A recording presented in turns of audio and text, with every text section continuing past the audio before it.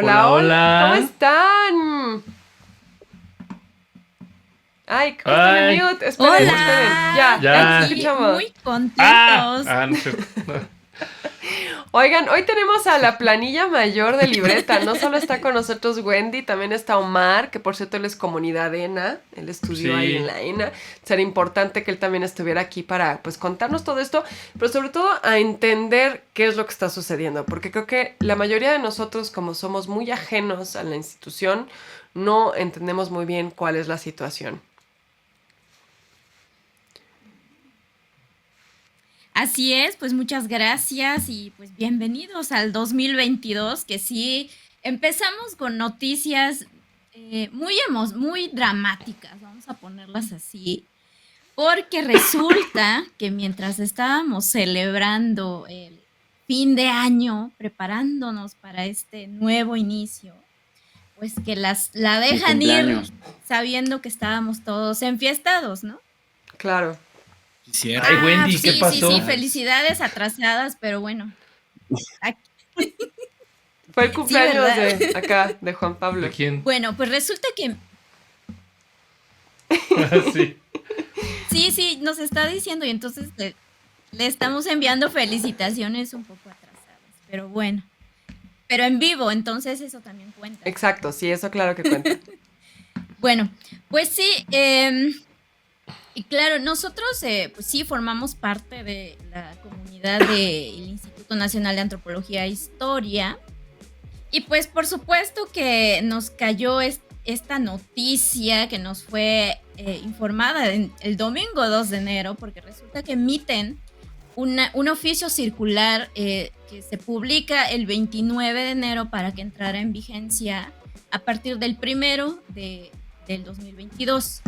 Y ahí en resumen, la instrucción desde la Secretaría Administrativa del INAH era que no se contratara personal eventual a menos que estuviera autorizado previamente por el área de recursos humanos. Ahora, ¿por qué hubo reacciones? Sobre todo, me imagino que todos vieron los de la Escuela Nacional de Antropología e Historia, porque el director Hilario Topete, pues sí, emitió una respuesta pues, reaccionando a esta instrucción, ¿no?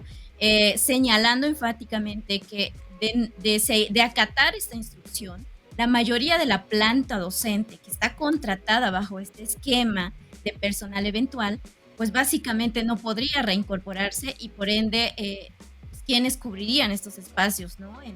En las diferentes carreras, quiénes darían las clases, entre otras áreas de la escuela. Sin embargo, pues el documento en realidad se dirigía a toda la institución, ¿no? Entonces, todas las áreas tienen personal contratados bajo este esquema. Ahora, ¿a qué nos referimos cuando estamos hablando de personal eventual? Bueno, son muchos trabajadores del instituto que no pertenecen a esta mayoría que tienen, no sé si es una mayoría, que tienen, digamos, un contrato con permanencia, ¿no? Como su nombre lo dice, ser eventual es trabajar bajo un esquema en el que se contrata por determinado tiempo y obra, o sea, no es de forma ni permanente, ni siquiera en un mismo espacio, ¿no? Entonces, esto, de hecho, podría parecer no tan malo si, de acuerdo a la Ley Federal de Trabajo, pues consideramos que quienes están trabajando ya más allá también del INAH bajo este esquema, pues tienen derecho también a ciertas prestaciones. Y ahí es el tema, porque resulta que la forma en que se ejecutan estos contratos realmente tiene muchas irregularidades. De hecho, existen tantas variabilidades en cuanto al tipo de contratos para eventuales dentro del instituto que puede llegar a ser confuso incluso para quienes estamos adentro y para quienes también formamos parte de este esquema de contrato, ¿no? Y de hecho eso es parte del problema, que incluso ese oficio que se emitió sí se presta a ciertas confusiones, ¿no? Tiene ambigüedades ahí Y es parte de este problema, también es algo complejo por la forma en que se ha aplicado. De hecho, yo les recomendaría, hay un artículo que publicó Arturo Alcalde Justiniani hace ya varios años, se llama Los indocumentados del INAH, donde se publicó en La Jornada. Todavía lo pueden encontrar, se los recomiendo mucho, donde explica de manera muy clara estas formas de contrato de quienes laboran para el instituto en las diferentes áreas, ¿no? Entonces, aquí la cuestión es que fue muy visible en esta ocasión la reacción de la escuela, y la pregunta es, ¿qué sucede con las otras áreas? ¿Qué sucede con todas estas personas que trabajan bajo este esquema? Que muchos hacen investigación, otros también están en áreas administrativas, y que pues ven afectadas también la forma en que van a desempeñar su trabajo, ¿no? En el área de arqueología, historia, antropología, toda esta cuestión de la investigación que se realiza, ¿no? Entonces, esto es, por supuesto, de interés social, porque pues, claro, gran parte de la investigación en torno a la cultura, la arqueología, pues viene desde este discurso pues del nacionalista, ¿no? Entonces, es algo que sí debe preocuparnos a todos, porque vemos que como que falta una respuesta, una acción, una organización de manera estructural en el instituto, sobre todo para quienes estamos trabajando bajo estas condiciones, ¿no? Entonces ahí también la forma en cómo los medios de comunicación están haciendo visible este problema, porque pareciera que es algo que sucedió esta vez, pero en realidad es algo, es que vi por ahí algo, perdón. Sí, aquí Horacio está preguntando si puede intervenir. No, pero que termine la idea. Sí, pero termina tu idea. Sí, ya voy a cerrar esta parte, porque es como un panorama general, ¿no? Porque, por supuesto, la situación de la ENA también se presta para discutirlo, y pues Omar, como él es tlacuache de cepa. Orgullosamente tlacuache, que es la mascota oficial de la Escuela Nacional de Antropología. Ah, mira, qué bonito. Y como se pudieron haber dado cuenta por las últimas noticias que se han dado a lo largo de la semana pasada, pues la ENA es la que reaccionó a este oficio del 29 de diciembre, diciendo, bueno, pues es que si no me dejas contratar a la gente, pues básicamente se detienen las actividades. Y a partir de ahí hay que remarcar que la Escuela Nacional de Antropología e Historia tiene un poco más de historia de 80 años y es una de las primeras escuelas en el mundo especializada en antropología y sus diferentes ramas, porque en realidad se dan a nivel de licenciatura 7 carreras, que es historia, etnohistoria, arqueología, antropología social, antropología física, lingüística y etnología, que pues cada una determina un estudio particular de las conductas y comportamientos humanos, tanto de manera individual como de manera colectiva. Esto es importante porque contrastando con las noticias que se han dado, y especialmente lo que se ha dicho en la mañanera, se equipara que tanto las tareas y funciones del Instituto Nacional de Antropología e Historia y de la Escuela Nacional de Antropología e Historia, que depende del INAH, pues solamente son cosas de arqueología, cuando en realidad es un tema mucho más complejo, claro, con proyectos de investigación pues que tienen largo alcance y hay que tomar en consideración eso. Ahora, ¿cuál es la situación de esos 80 años de historia de la ENA?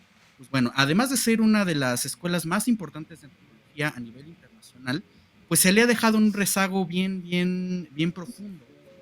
Es decir, sucede un poco lo mismo que el instituto, pero digamos en chiquito. Es decir, hay gente que tiene plaza de perpetuidad, tiempos completos, pero la gente que llega a dar clases de asignatura de las materias, digamos, generales, pues normalmente les ofrecen estos contratos que son eventuales. Y por lo tanto no tienen esta situación de los derechos laborales y bueno, pues las prestaciones que justamente son de ley. Entonces, bueno, esta es una bola de nieve que se va arrastrando y al final del día vamos a ver que hay diferentes esquemas de contratación, hay una irregularidad y pues muchas veces no sabemos muy bien qué onda, si vamos a seguir dando clase o tomando clase, y incluso pues si vamos a tener chamba pues al siguiente año se anunció que iba a haber una medida de contratación de 3 meses, pero pues es pues nadie puede vivir con eso, ¿no? Imagínense, pues 3 meses, no. 3 meses, 3 meses. Y pues al final del día se ha movilizado la comunidad de alumnos y alumnas de la ENA y ellos tienen una asamblea general y han estado muy activos ya varios años, porque no es una situación del 2020 ni del 2021, de hecho ya tienen casi 30 años en problemática y pues la postura ahorita después de hacer varios mítines, varias asambleas, de hecho ayer fueron a la mañanera a hacer una protesta en Palacio Nacional y pues la postura es sentar mesas de negociación para que pues se puedan realizar propuestas y también pues generar pues soluciones a estos problemas que están en la ENA. Entonces, bueno, desde un exalumno egresado de la licenciatura de arqueología desde 2008, pues me sumo a esta situación donde pues hay que exigir y plantear que se debe de invertir y dar presupuestos dignos a todas las áreas de cultura y por supuesto contratación digna para todo el personal que no solamente está en la escuela, sino también en el Instituto Nacional de Antropología e Historia, en el INVAL, es el... Secretaría de Cultura también, ¿no? Y básicamente toda la Secretaría de Cultura. Claro. Y pues hasta aquí nuestro reporte de Cachán. Muy bien. A ver, Horacio, por fin. Horacio lleva un rato así de yo quiero hablar. Ya se me olvidó que iba a decir, oigan. Ya se acabó la chisma. No, la ENA es como las fuerzas básicas del INA, ¿no? Una cosa así, digamos, como la cantera de los Pumas. Ajá, exacto, la cantera del INA. Pero sí, claro, es un tema muy generalizado que abarca no solo a la ENA y al INA, sino a muchos trabajadores eventuales, trabajadores sin derechos, como deja tú, o los que están en esquemas de contratación tipo capítulo 3000, que es algo que por aquí hemos mencionado, pero no solamente es una parte de la cultura, también desde la parte de la educación, que también ahí se está involucrando a la ENA, ¿no? O sea, por ejemplo, ¿cuántos maestros de asignatura Minerva Anguiano aquí presente no tienen ningún derecho después de haber dado clases 30 años? Sí, 20 años, en una 15 institución. años, lo que sea. Sí, los maestros de asignatura de la UNAM que les pagan una mugre tampoco tienen ningún derecho y que ha habido varios hilos en Twitter que he visto que dicen por qué es que los profesores eméritos no se van porque ya no hacen nada y están muy viejitos y su jubilación es como de 20,000 pesos cuando ahorita están teniendo percepciones arriba de 90,000, ¿no? O sea, entonces también estos profesores están desamparados ante la ley, los de asignatura, o sea, es un tema muy generalizado y a mí lo que me preocupa y lo que me parece muy extraño es que aquí Wendy mencionó a Arturo Alcalde, que según yo es el papá de su hija, que su hija es la de la actual secretaria de Trabajo. Sí, un abogado laboral de una gran trayectoria. ¿Por qué no se aventaron el tiro ahorita de reformar todas las problemáticas de la Secretaría de Cultura con los capítulos 3000, con los eventuales, con los presupuestos del INA, de la ENA, de la UNAM? O sea, es un tiro que tenían la legitimidad política, social para aventárselo. Y que además uno esperaría de un gobierno como el actual, ¿no? Que esté del lado de los trabajadores. A mí lo que me parece también muy sorprendente todo esto es que mientras se están tomando acciones contra esquemas de contratación de outsourcing para privados, que a mí me parece que está muy bien, porque el outsourcing, la verdad es que la mayoría de las empresas lo aprovechan como, digamos, un hueco en la ley para tener un montón de empleados sin prestaciones, sin derechos laborales. Entonces sí me parece como muy ilógico que hagan o limiten a las empresas privadas en eso, pero tengan básicamente las mismas prácticas dentro de instituciones gubernamentales como la Secretaría de Cultura y los institutos, ¿no? El INA, el INBA. O sea, creo que sí tendría que ser algo que ya es una deuda de hace muchísimo tiempo que tendrían que haber atendido. Y un poco sobre esto, tengo que decir que yo hablaba con un amigo de nosotros, a quien no voy a balconear, que decía, es que esta ha sido la situación de la ENA desde que yo estudié en los años 80, ¿no? O sea, como que como que porque es noticia, es algo que todos sabíamos. Claro, es noticia ahorita porque ahorita está el escándalo, pero en realidad es un tema que debió de haber generado pues esta indignación desde hace muchísimo tiempo. Entonces creo que también es importante que sigamos pues de cerca lo que está pasando ahí por eso, ¿no? Ya, porque tiene que haber un cambio. Exacto, y ya para terminar y que ahora Intervenga ese de los chinos, el de los chinos. El espartano, comente, un tema con la cobertura mediática es que si hay una gran diferencia entre lo que está pasando con el CIDE y con lo que pasa con las instituciones, porque el CIDE también es pública, pero por ejemplo la ENA ¿No es la UNAM? o la UNAM con los profesores de asignatura que luego ni les pagan o que te paguen 300 pesos. No, justo es algo que platicábamos aquí, ¿no? Y de hecho creo que lo comenté en el espacio que organizaron nuestros amigos de Libreta Negra ahí en Twitter, que yo sí veo una diferencia, aunque Wendy diga, ¿ha habido cobertura mediática? Creo que sí, pero cuando comparamos la cobertura mediática con el tema del CIDE, contra la cobertura mediática, primero, del cómo no les pagaron a los profesores de asignatura de la UNAM el año pasado, Ajá. Y no hubo casi nada de ajá. cobertura. Y luego con lo de la ENA, o sea, a mí sí me parece que hay una gran diferencia ahí entre cuál es el capital político y social que tiene desde los maestros hasta los alumnos del CIDE y el que tienen los maestros y alumnos de las instituciones como la Otras UNAM y la ENA, porque es decir, el CIDE también es pública. Sí, porque... Pero la ENA es, a ver, digamos, la ENA es realmente la institución más de izquierda educativa que hay en el país. O sea, pero, por ejemplo, Denise Merker TQM, pero, o sea, el CIDE, pues acá, pum, pum, pum. El CIDE son las fuerzas básicas de los medios. Así como la ENA es las fuerzas básicas del INA, el CIDE es las fuerzas básicas de los medios. Leo Zuckerman, Denise Merker, Raúl Feliz, Carlos Bravo Regidor, Crespo. Creo que Ana Francisca Vega también es del CIDE, José Antonio Crespo es del CIDE, María Amparo Casar salió del CIDE y además es una corrupta. Bueno, Entonces, así como que los como, analistas no manches, o los grandes periodistas. por eso la excelentes. cobertura es tan diferenciada. Sí. Y a mí eso se me parece que está muy mal. Sí. Muy mal, Sí, he dicho. Sí. Pero bueno, Juan Pablo, algo que tú quieras agregar y si quieren ya nos vamos a conclusiones Sí. de Omar y Wendy.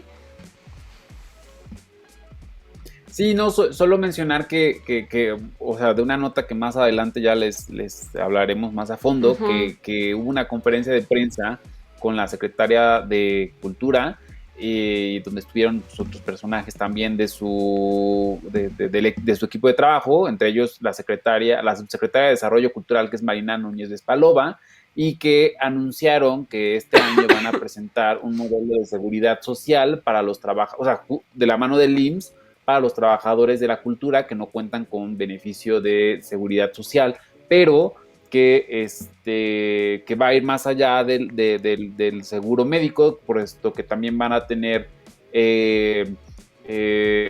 un modelo para tener un seguro para el retiro, y que esto es para los trabajadores que no cuentan con esos servicios, que ahí entran pues todas estas personas, y que pues van a ser como aportaciones muy accesibles para estas personas, lo cual es, creo yo, positivo, pero la realidad es que tenemos que seguir teniendo gente sin contrato cuando pues al final de cuentas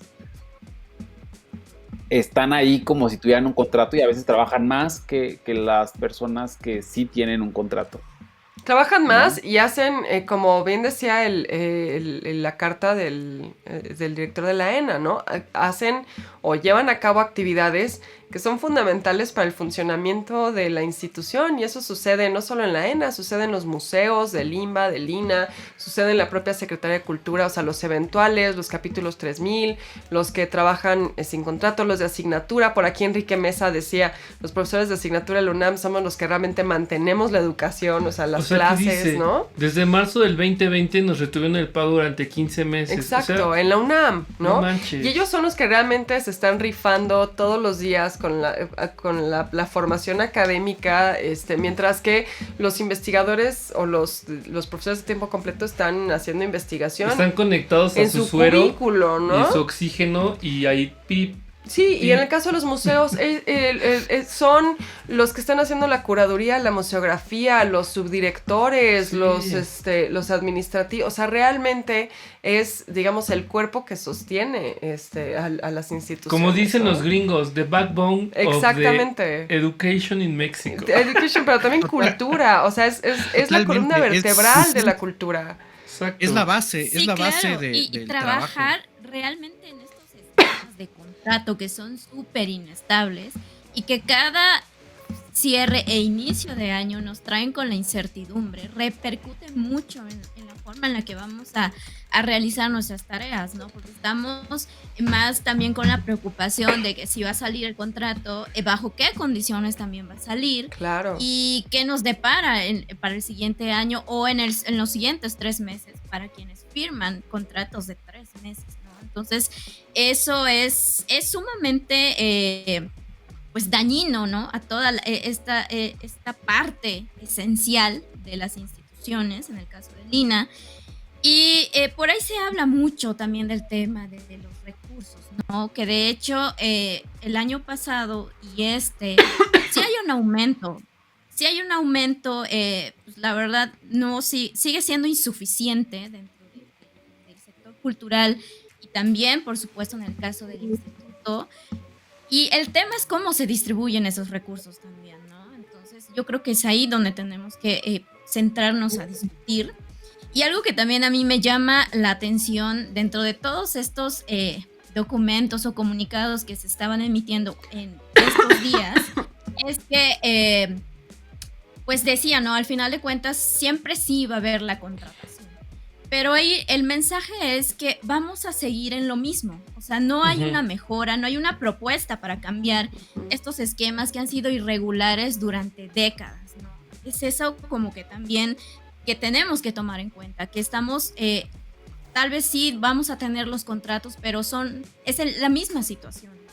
Entonces, es injusto, por supuesto que es muy injusto, porque como decían Beca, pues también nosotros ejercemos parte de estas tareas sustantivas del instituto, ¿no? Entonces yo creo que no debe cerrarse ni debemos conformarnos con esta respuesta de que siempre sí va a haber contratos. Claro. No, y es que siempre sí, pero ya que hicieron un escándalo, ¿no? Ya que hay mítines, ya que hay manifestaciones, ya que se volvió mediático. entonces siempre sí, ¿no? Es como el clásico ya ahogado el niño, tapen la coladera. Sí. No tendría que ser así. Se habla de una reestructuración, pero recordemos que, y solamente para contextualizar la situación más actual, desde 2018 se hicieron foros de cultura en este periodo de transición de gobiernos. Y en esa situación, pues esa información nunca ha sido pública, o sea, nadie sabe dónde está, donde en realidad se tuvo que haber hecho una evaluación de la estructura cultural del país y de muchas otras cosas que se ve. Actualmente, si van a presentar ese plan, pues bueno, se aplaude y hay que ver en qué condiciones se mantiene. Pero pensemos lo siguiente, porque es muy importante que lo veamos desde una perspectiva que no sea esta situación de, pues tú estudiaste esto y sabías que te ibas a morir de hambre, ¿no? Claro, eso. Pensemos que es un trabajo como cualquier otro y no solamente hay que considerar los pagos, ¿no? Que muchas veces son ínfimos, sino las prestaciones que evidentemente están en la ley, pero pensemos en lo siguiente, en dos cosas. Primero, el futuro de una persona especializada, muchas veces hiper especializada en un tema particular, que no tiene opciones laborales y por el tipo de profesión, dígase yo arqueólogo, no puedo dedicarme en otro lugar más que en la instancia de gobierno. Y entonces, pues, si no tengo opción laboral, pues o me queda agarrar ese salario ínfimo o ninguno, trabajar gratis, o pues dedicarme a otra cosa. Pero ese futuro no solamente es de la persona que está ejerciendo esa profesión. Pensemos en el futuro de lo que sería la gran memoria colectiva cultural del mundo y de la humanidad, que es básicamente el patrimonio cultural material e intangible.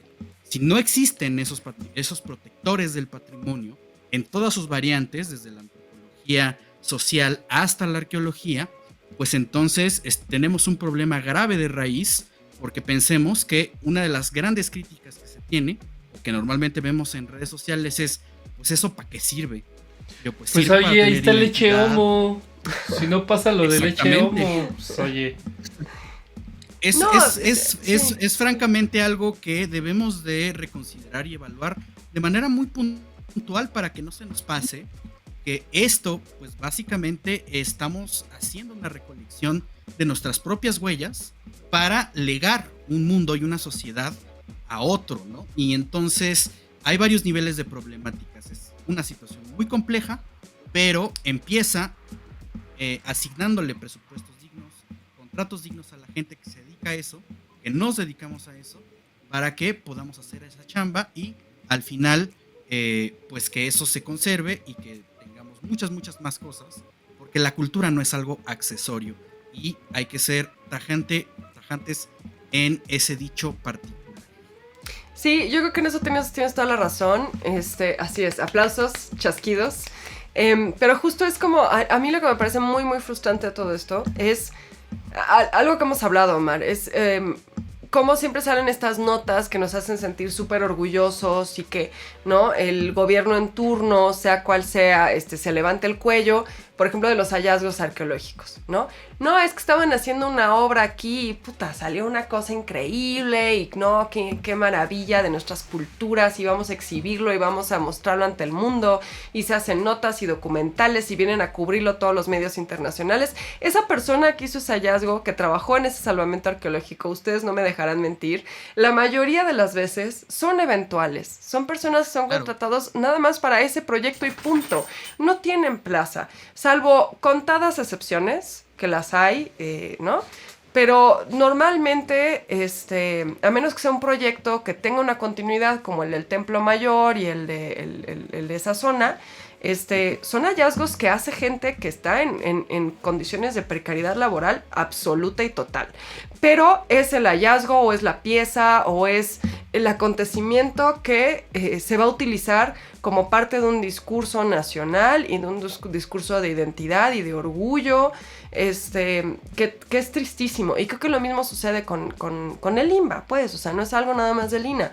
Cómo nos encanta decir que, ay, sí, la exposición de Frida se fue para allá y que están exhibiendo a Diego Rivera por acá y que no manches, qué maravilla, nuestros artistas, los que hacen esas curadurías, los que van incluso como comisarios cuidando esas obras de arte en las exposiciones internacionales, es gente que está en capítulo 3000, es gente que está en contrato eventual, es gente que no recibe aguinaldo, que no tiene ningún derecho, ¿no? Y qué bueno que tocas ese tema, particularmente el de los salvamentos y rescates arqueológicos, y las noticias particularmente de los hallazgos de piezas o de cosas, vamos a llamarle que son altamente llamativos.